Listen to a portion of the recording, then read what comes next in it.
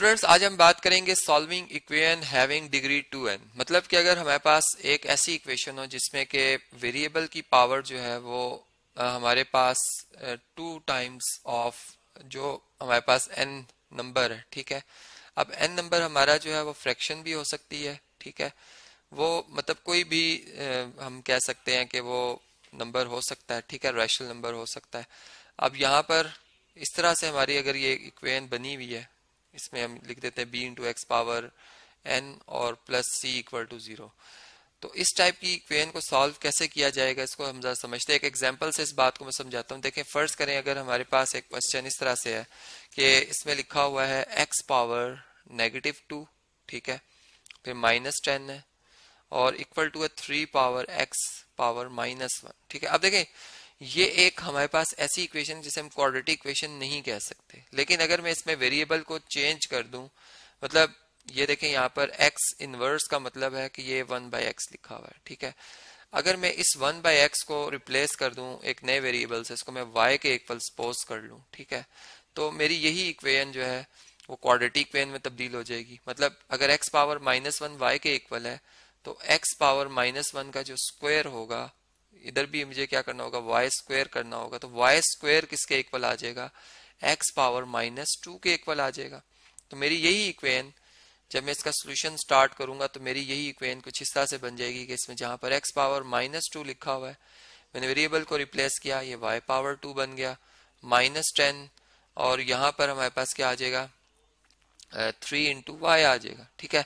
अब देखें, अब हम इसे बड़ी आसानी के साथ जैसा मिड टर्म ब्रेक करके या फैक्टराइजेशन या क्वाड्रेटिक फार्मूला अप्लाई करके हम इसे सॉल्व कर सकते हैं। दो तो 3y का एडिटिव इनवर्स -3y हम ऐड कर लेंगे, यहाँ से कैंसिल हो जाएगा, एडिटिव आइडेंटिटी 0 आ जाएगी हमारे पास राइट साइड पे, जबकि यहाँ पे आएगा y स्क्वायर -3y -10 और यहाँ पर आ जाएगा इक्वल टू 0। अब देखिए, इसमें हम मिड टर्म ब्रेक करने का आप असूल जानते हैं कि जो मतलब सबसे पहले हम क्वाड्रेटिक इक्वेशन को अपनी स्टैंडर्ड फॉर्म में लिखते हैं। सबसे पहले सबसे हायर पावर लिखी जाती है, फिर उससे कम पावर और फिर उसके बाद सबसे कम, मतलब x पावर 0 वाली टर्म कांस्टेंट टर्म लिखी जाती है। फिर इसमें हम ये करते हैं कि जो हमारे पास मिड में आ रही है टर्म, ठीक है, इसको दो टर्म्स में डिवाइड करते हैं इस तरह से कि उनको ऐड करने से वापस यही टर्म आनी चाहिए और मल्टीप्लाई करने से फर्स्ट और लास्ट टर्म का जो प्रोडक्ट बनता है वो बन जाना चाहिए। मतलब y स्क्वायर और -10 मल्टीप्लाई तो -10y स्क्वायर बनता है, ठीक है। अब ये आप याद रखें कि हमें -10y स्क्वायर बनाना है इनका प्रोडक्ट, ठीक है। तो ये मैं इधर लिख भी देता हूँ, ये प्रोडक्ट बनना चाहिए हमारे पास, और सम तो आपके सामने लिखा ही हुआ है -3y। तो देखें, अगर मैं अब यहाँ पे चूंकि ये माइनस का साइन है, ये माइनस का साइन भी हमें हेल्प कर रहा है, ये हमें हेल्प कर रहा है कि आपने नंबर्स को सब्ट्रैक्ट करना है, ऐड नहीं करना, ठीक है, सब्ट्रैक्ट करना, और सब्ट्रैक्ट करने से आपका आंसर -3y आएगा, ठीक है जी। और बिगर वैल्यू का साइन हमें यहाँ से पता चलता है, बिगर वैल्यू का साइन होगा माइनस का। इसका मतलब देखिए, अगर मैं माइनस के 5y को प्लस के 2y से मल्टीप्लाई करता हूँ तो मेरे पास -5y multiply by 2y answer आएगा -10 स्क्वायर, 10y स्क्वायर, ठीक है, जो कि इस प्रोडक्ट के इक्वल ही आ रहा है। और अगर इनका सम किया जाए तो -3y आएगा। इसका मतलब ये बिल्कुल ठीक है। अब यहाँ से y स्क्वायर और ये हमारे पास -10 ये एज इट इज आ जाएंगे। और अब इसको सिंप्लीफाई कर लेते हैं, ठीक है। मतलब यहाँ से आप फर्स्ट टू टर्म में से y कॉमन ले सकते हैं, y का टेबल इन दोनों पे आ रहा है, मैक्सिमम मतलब HCF हम कह सकते हैं, हाईएस्ट कॉमन फैक्टर इन दोनों का y है। यहाँ से y स्क्वायर से डिवाइड होगा, एक y खत्म हो जाएगा, ठीक है, वो हम ब्रैकेट में लिखेंगे और जो y कॉमन लिया वो बाहर। इसी तरह 5y को y से डिवाइड करेंगे, ये y से खत्म हो जाएगा, 5 बच जाएगा नेगेटिव साइन के साथ, वो हम यहाँ पे लिख लेंगे -5। फिर इसी तरीके से प्लस, अब देखें यहाँ पर y का कोफिशिएंट 1 है, यहाँ पर y का कोफिशिएंट 2 है, इसका मतलब हम 2 कॉमन लेंगे। अब 2 जब कॉमन लेंगे 2 इसको भी डिवाइड करेगा, 2 इधर से भी डिवाइड करेगा, तो यहाँ से ये 5 रह जाएगा और यहाँ से ये 2 से खत्म हो जाएगा 1। तो मतलब ब्रैकेट में हमारे पास ये नंबर आ जाएगा, ठीक है जी। तो यहाँ पर हम 2 कॉमन ले रहे हैं, ठीक है, और यहाँ पर मैं अब लिख देता हूँ कि कॉमन लेने के बाद यहाँ पे y रह जाएगा, यहाँ पे -5 रह जाएगा, ठीक है, जो कि आप ये बात जानते ही हैं। मैंने भी जैसे बताया कि 2y -10 आपने जब कॉमन लिया तो 2 ने इसको भी डिवाइड किया और इसको भी, तो ये कैंसिल हो जाएगा और ये भी कैंसिल हो गया, 5 यहाँ पर, इसलिए हमारा आंसर y -5 आएगा, ठीक है। ये मैंने यहाँ पर लिख दिया है। और अब इससे आगे अगर हम देखें तो y -5 इन दोनों में कॉमन है, ठीक है। मतलब मैं अगर ऐसा करूं कि इस पूरी इक्वेशन को, इसके लेफ्ट साइड को y माइनस 5 से डिवाइड भी कर दूं और y माइनस 5 से मल्टीप्लाई भी कर दूं, ठीक है, तो जो मैंने y माइनस 5 से मल्टीप्लाई किया है वो बाहर कॉमन आ जाएगा, ठीक है, और जो डिवाइड वाला है y माइनस 5 इसको भी कैंसिल करेगा, ठीक है, और इसे भी कैंसिल कर देगा।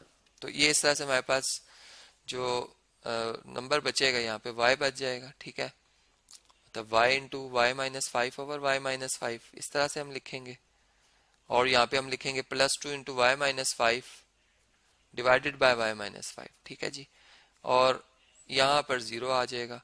तो इस तरह से अगर आप देखें तो हमारे पास जो अब आता है आंसर इसका, यहाँ तक अगर हम देखें तो y माइनस 5 ये तो कैंसिल हो गए हैं, यहाँ पर ब्रैकेट y बच गया, यहाँ से 5 माइनस वाई माइनस 5 प्लस 2 बच गया और ब्रैकेट इक्वल टू 0 आ गया, ठीक है।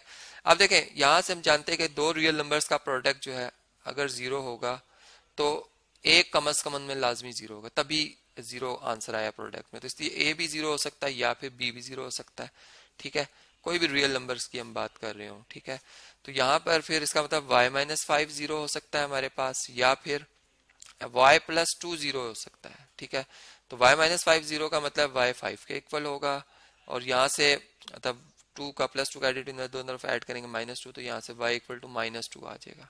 तो इधर से अगर हम मजीद इसको सिंप्लीफाई करें तो हम ये बात देख सकते हैं कि हमारे पास जो y है, y हमने किसके इक्वल सपोज किया था, x पावर माइनस 1 के, मतलब 1 ओवर x के, और y equal to x inverse, ठीक है। तो इसका मतलब x इनवर्स 5 है और यहाँ पर x इनवर्स जो है वो माइनस 2 है। अब देखें अगर x इनवर्स 5 है, x का इनवर्स अगर 5 है तो x क्या होगा, 5 का इनवर्स, जो 5 का इनवर्स है वो क्या होता है जी, मल्टीप्लिकेटिव इनवर्स की मैं बात कर रहा हूँ, वो 1/5 होगा।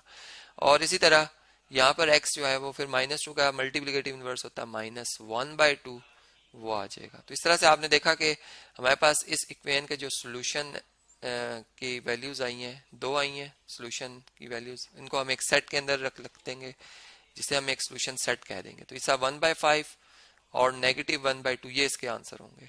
इसी तरह एक और एक क्वेश्चन इसी इक्वेशन से रिलेटेड मैं आपको समझाता हूँ। देखें अगर फर्ज करें ऐसे लिखा होता, ये आपका होमवर्क, मतलब आपने इसको आगे खुद कंप्लीट करना है, मैं सिर्फ आपकी यहाँ पे ये हेल्प कर रहा हूँ कि मैं इसको क्वाड्रेटिक इक्वेशन की शेप दे रहा हूँ, ठीक है। ये इक्वेशन है हमारी, तो इसमें अब देखें इसको n अगर हम 3 कर लें तो ये 3 मतलब 2n लिखा हुआ है ये, ठीक है, ये 2 आ गया इसका मल्टीपल, यहाँ पे 19 इंटू एक्स पावर 3 लिखा हुआ है और माइनस 27। अब इस x पावर 3 एक वेरिएबल है, इसको आप एक और वेरिएबल से रिप्लेस कर दें y से, ठीक है। तो इसका मतलब जो x पावर क्यूब का स्क्वायर होगा वो यहाँ पर y स्क्वायर के इक्वल होगा, तो यहाँ पर फिर हमारे पास ये बन जाएगा 8y स्क्वायर, ठीक है, ये बन जाएगा 19y माइनस 27 इक्वल टू 0। अब आपने इसको आगे मिड टर्म ब्रेक करके या फैक्टराइजेशन करके कंप्लीटिंग स्क्वायर फार्मूला लगा लें या क्वाड्रेटिक फार्मूला लगाएं, इसको सॉल्व कर लें। इसी तरह अगर हम एक और क्वेश्चन देखते हैं जिसमें लिखा हुआ है x पावर 2/5, ठीक है, plus 8 is equal to 6 into x power 1/5, ठीक है।